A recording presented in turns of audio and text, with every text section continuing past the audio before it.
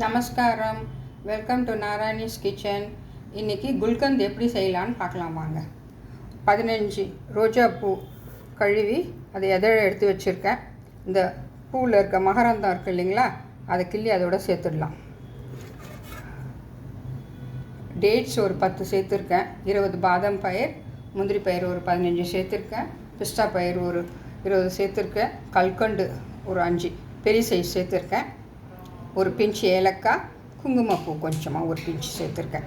அப்புறம் ஒரு 3 ஸ்பூன் தேன் சேர்த்துக்கலாம். இது எல்லாம் ஒன்றா போட்டு மிக்ஸி ஜாரில் கிரைண்ட் பண்ணிடலாம்.